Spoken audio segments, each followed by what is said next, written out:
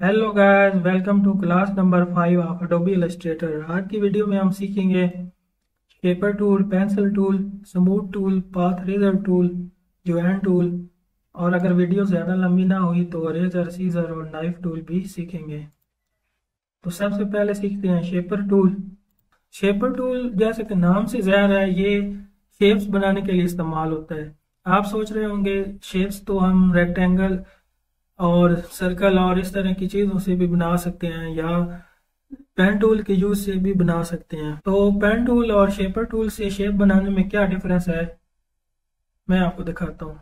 अगर pen tool से अगर आप फ्री हैंड एक सर्कल ही ड्रा करना चाहें तो सबसे पहले एक एंकर पॉइंट लगाएंगे और उसको राउंड करते जाएंगे और इस तरह आप सर्कल लगा सकते हैं जल्दी जल्दी में।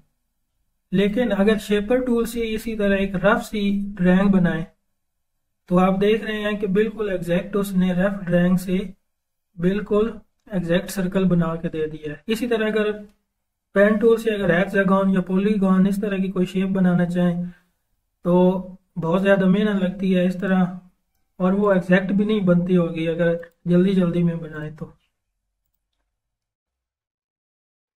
और इसके बरकस से अगर शेपर टूल से अगर आप बिल्कुल रफ सी ड्राइंग भी बना दें तो वो आपको एग्जैक्ट शेप बना के दे देगा।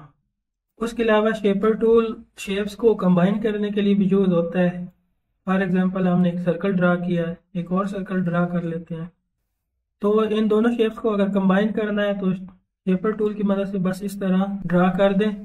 आई होप आपको शेपर टूल की समझ आ गई होगी। इसके बाद आते हैं पेंसिल टूल।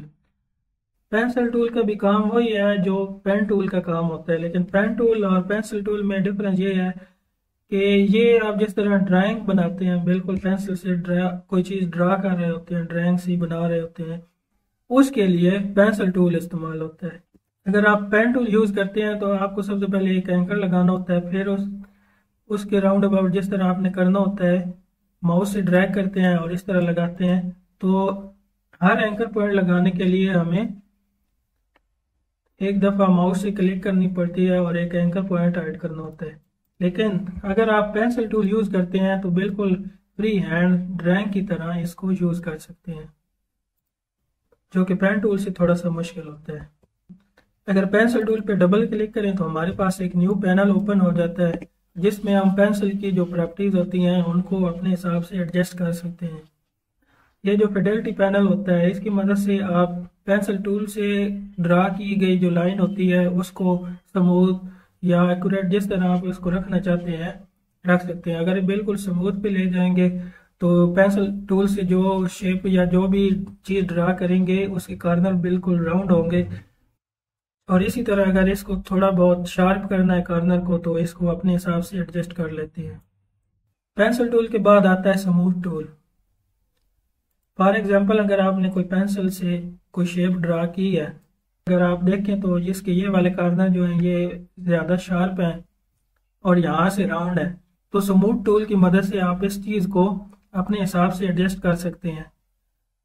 जस्ट आपने करना क्या है, स्मूथ टूल को सिलेक्ट करें और पाथ के ऊपर इस तरह मूव करें। ये स्मूथ टूल को आप जितना ही प्रोफेशनली इसको मूव करेंगे पाथ के ऊपर इतने आपको बेहतरीन रिजल्ट। ये देखें आप इसके जो कॉर्नर हैं ये थोड़े राउंड हो चुके हैं। इसी तरह ये वाला कॉर्नर जो था ये भी शार्प था, तो इसको राउंड करने के लिए भी अगर आप स्मूथ टूल इसके ऊपर सेलेक्ट कर कर मूव करें कर्सर को तो ये इसको राउंड कर देगा। आप इसको अपनी मर्जी के हिसाब से जिस तरह रखना चाह रहे हैं रख सकते हैं। बेसिकली ये वाली एडिटिंग हम डायरेक्ट सिलेक्शन टूल की मदद से और कॉर्नर विजेट्स को सिलेक्ट कर कर भी कर सकते हैं। लेकिन अगर आप कोई कॉम्प्लिकेटेड शेप बना रहे हो तो उसमें ये स्मूथ टूल आपको बहुत ज़्यादा हेल्प करता है।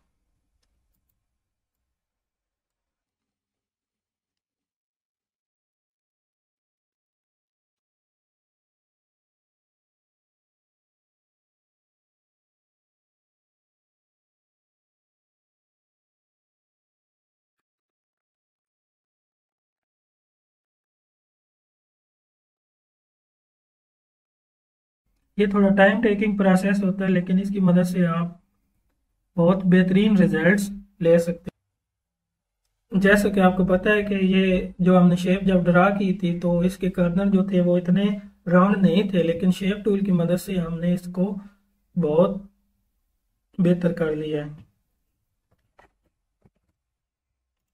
स्मूथ टूल के नीचे आता है पाथ रेजर टूल। जैसा कि ये नाम से ज़ाहिर है कि ये पाथ को जो है ना इरेज करता है। अगर आप कोई शेप को सिलेक्ट करें और पाथ रेजर टूल को उसकी एक पाथ से लेकर किसी दूसरे पाथ पे ज्वाइन करें तो ये उसके जो आउटसाइड पे पाथ होगा उसको इरेज कर देगा।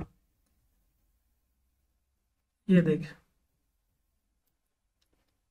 होप आपको पाथ रेजर टूल की भी समझ आ गई होगी। उसके बाद आता है ज्वाइन टूल। ज्वाइन टूल का क्या काम है कि ये जिस तरह नाम से ज़ाहिर है कि ये ज्वाइनिंग का काम करता है। फॉर एग्जांपल हमने एक शेप ड्रा की है और उसके दोनों जो लास्ट वाले पॉइंट हैं उनको ओपन रखा है, तो ये एक इनकम्प्लीट शेप है।